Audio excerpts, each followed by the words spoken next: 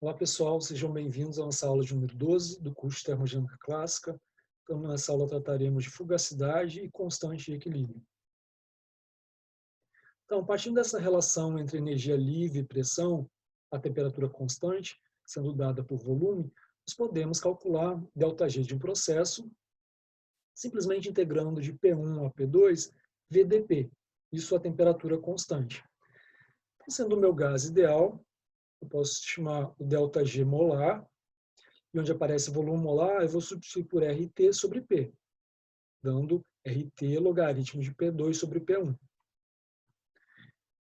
Sendo a pressão P1 um bar, ou seja, pressão padrão, eu posso estimar a energia livre molar, função de temperatura e pressão, dado por um G0, que vai ser a energia livre molar padrão, então ela vai estar associada à pressão padrão de um bar, isso vai depender então de temperatura, mais um outro termo que é RT logaritmo de P sobre P0. Bom, mas eu posso utilizar essa expressão para um gás não ideal? Posso, contanto que eu use uma pressão corrigida para o comportamento não ideal. Então, essa pressão corrigida vai se chamar fugacidade. Então, eu vou usar a mesma expressão do slide anterior, só que o lugar de pressão vai aparecer fugacidade. Meu F0 seria a fugacidade padrão, que é igual à pressão padrão, que é 1 bar. A relação de fugacidade e pressão vai ser dada pelo coeficiente de fugacidade.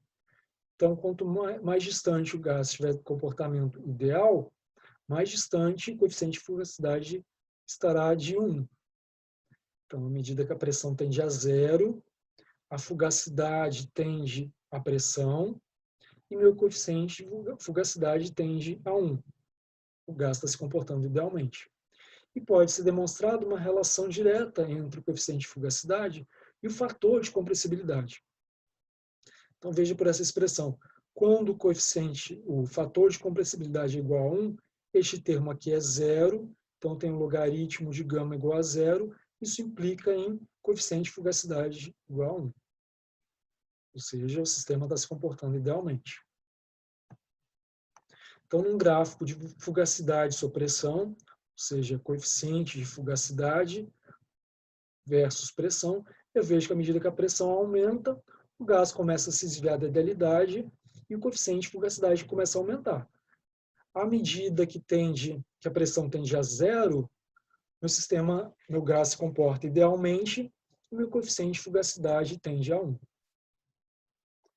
Então, partindo da equação de Gibbs para a energia livre, onde a energia livre, então, vai depender de temperatura e de pressão, vou dividir pelo número de mols. Então, vou ter energia livre molar, entropia molar e volume molar. Então, lembrando que energia livre molar, para um gás puro, isso é igual ao potencial químico. Então, posso escrever a expressão vista anteriormente para potencial químico. dmi vai ser igual a volume molar vezes dp, e sendo gás ideal e a temperatura constante, esse dmi vai ficar igual a RT sobre P dp. Então, integrando ambos os lados dessa expressão e considerando minha pressão inicial 1 bar, pressão padrão, meu potencial químico vai ser chamado de potencial químico, na pressão P1, vai ser chamado de potencial químico padrão. Então, a minha expressão vai ter um formato semelhante ao visto anteriormente, só que agora em função de potencial químico. Mi é igual a Mi0, potencial químico padrão, só dependendo de temperatura, mais RT logaritmo de P sobre P0.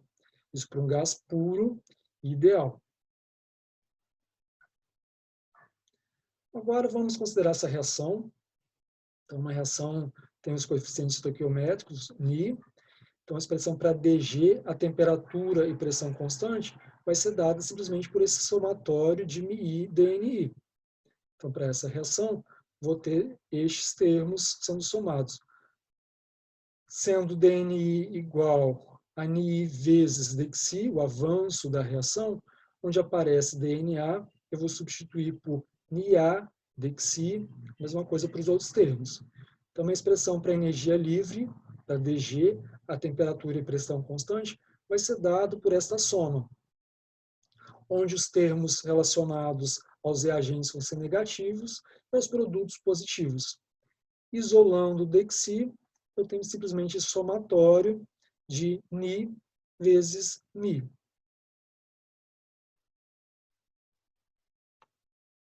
Então, passando o dxi para o outro lado, teremos dg, dxi, então a variação da energia livre com o avanço da reação a temperatura e pressão constante, sendo dado pela diferença entre esses termos, Ni vezes Mi, para produtos menos reagente.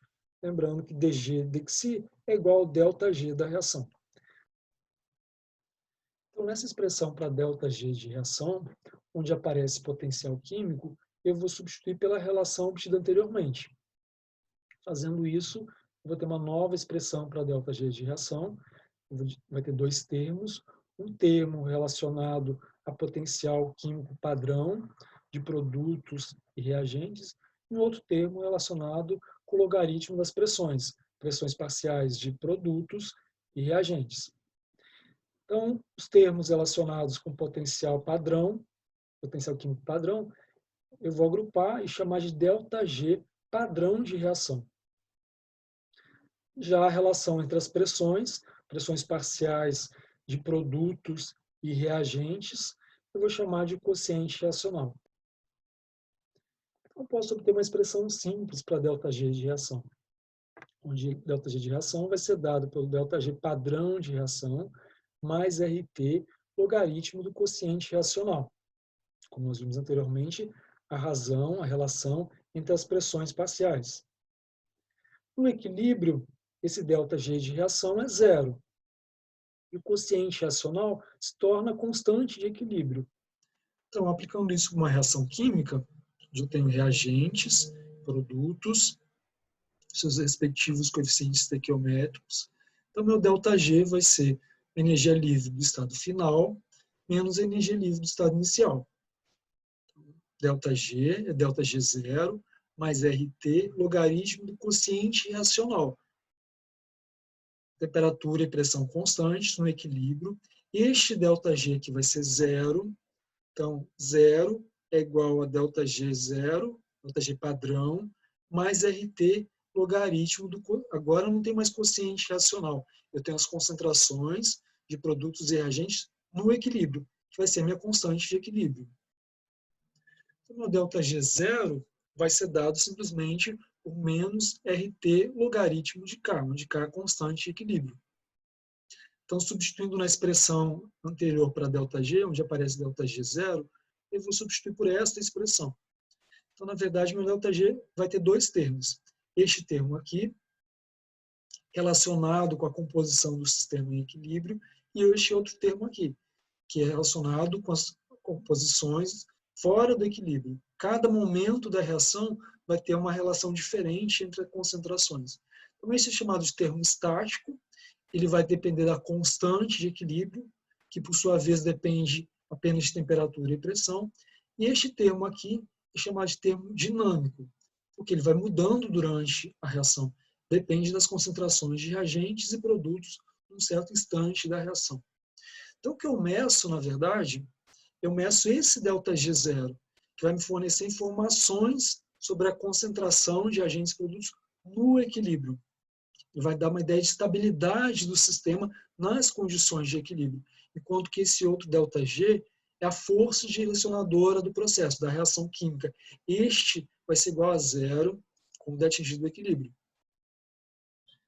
Então, à medida que a reação avança, esses termos vão se aproximando. Então, este termo aqui, que é o termo dinâmico, vai se aproximando deste valor, que é o valor no equilíbrio. Sinais opostos, então chega um momento que esses termos se igualam e o ΔG é igual a zero. Então, o ΔG que eu estou medindo é este daqui, que vai dar uma ideia da estabilidade do sistema nas condições de equilíbrio, enquanto que esse outro ΔG, que é zero no equilíbrio, eu não meço. Tá? Eu não tenho como acessar esse parâmetro, que é simplesmente uma medida da força motriz que leva a reação às condições de equilíbrio. Então é importante ter em mente que na hora de calcular o ΔG de reação, o ΔG0, isso vai depender da forma com que a reação é escrita. Então, veja essa reação 2A formando B. Então, a constante de equilíbrio vai ser dado pela concentração do B dividido pela concentração de A ao quadrado. Já se eu dividir essa equação, essa reação por 2, a minha expressão para a constante de equilíbrio vai ter outro formato. Então, a gente tem que ter isso em mente, que é importante entender a forma que a reação está sendo escrita para calcular o ΔG zero. Então, quando eu estiver trabalhando com uma reação que está no estado gasoso, a minha constante de equilíbrio vai ser dado pela relação entre as pressões parciais. Pressões parciais de produto sobre pressão parcial de reagentes. Então, tem que estar atento aos coeficientes estequiométricos. E para o formato com que a reação é escrita. Então, essa reação aqui, por exemplo, teria essa expressão para constante de equilíbrio. Se eu dividir essa mesma reação por 2, eu vou ter uma outra expressão para constante de equilíbrio, também relacionado com as pressões parciais.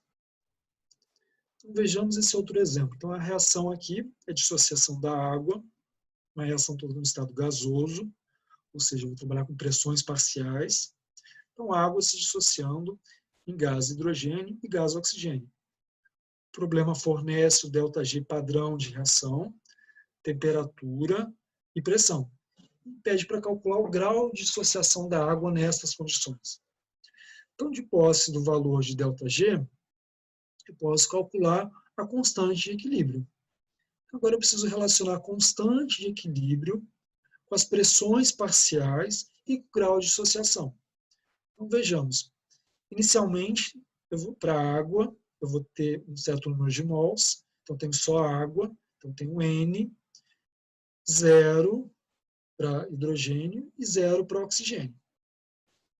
A água vai dissociar, o alfa então é o grau de dissociação, então a variação vai ser menos alfa N, enquanto que aqui é mais alfa N, e aqui é um meio de alfa N. Vejam os coeficientes estequiométricos da reação. Então, no equilíbrio, essa vai ser a concentração da água, essa é a concentração do H2, essa é a concentração do O2. Se eu pegar e somar esses três termos, eu tenho a quantidade total, o número de mols total. Então, dividindo o número de mols da água pelo número de mols total, eu tenho a fração molar. Então, eu vou ter a fração molar da água. Veja que o total é sempre o mesmo, que é a soma desses três termos. Então, vou ter a fração molar da água, a fração molar do hidrogênio e a fração molar do oxigênio. A pressão parcial é simplesmente a pressão total, que é 1 bar, vezes a fração molar. Então, agora, na minha expressão para constante de equilíbrio, eu vou escrever em função das pressões parciais. Então, produtos dividido por reagente. Então, vendo aqui a estequiometria da reação, por isso aqui está elevado a 1/2, onde aparece a pressão parcial do hidrogênio, eu vou substituir por este termo. Do oxigênio, eu vou substituir por este termo elevado a 1/2. E da água, eu vou substituir por toda essa expressão. Então, fazendo isso, substituindo, cortando os vários termos, eu chego a uma relação entre constante de equilíbrio, pressão e grau de dissociação. Eu conheço a pressão, conheço a constante de equilíbrio, e com isso eu posso estimar, posso calcular o grau de dissociação. Então, no caso, nessa temperatura e nessa pressão, a água estaria dissociada nos gases, hidrogênio e oxigênio, em torno de 2%. E com isso nós encerramos nossa aula de número 12.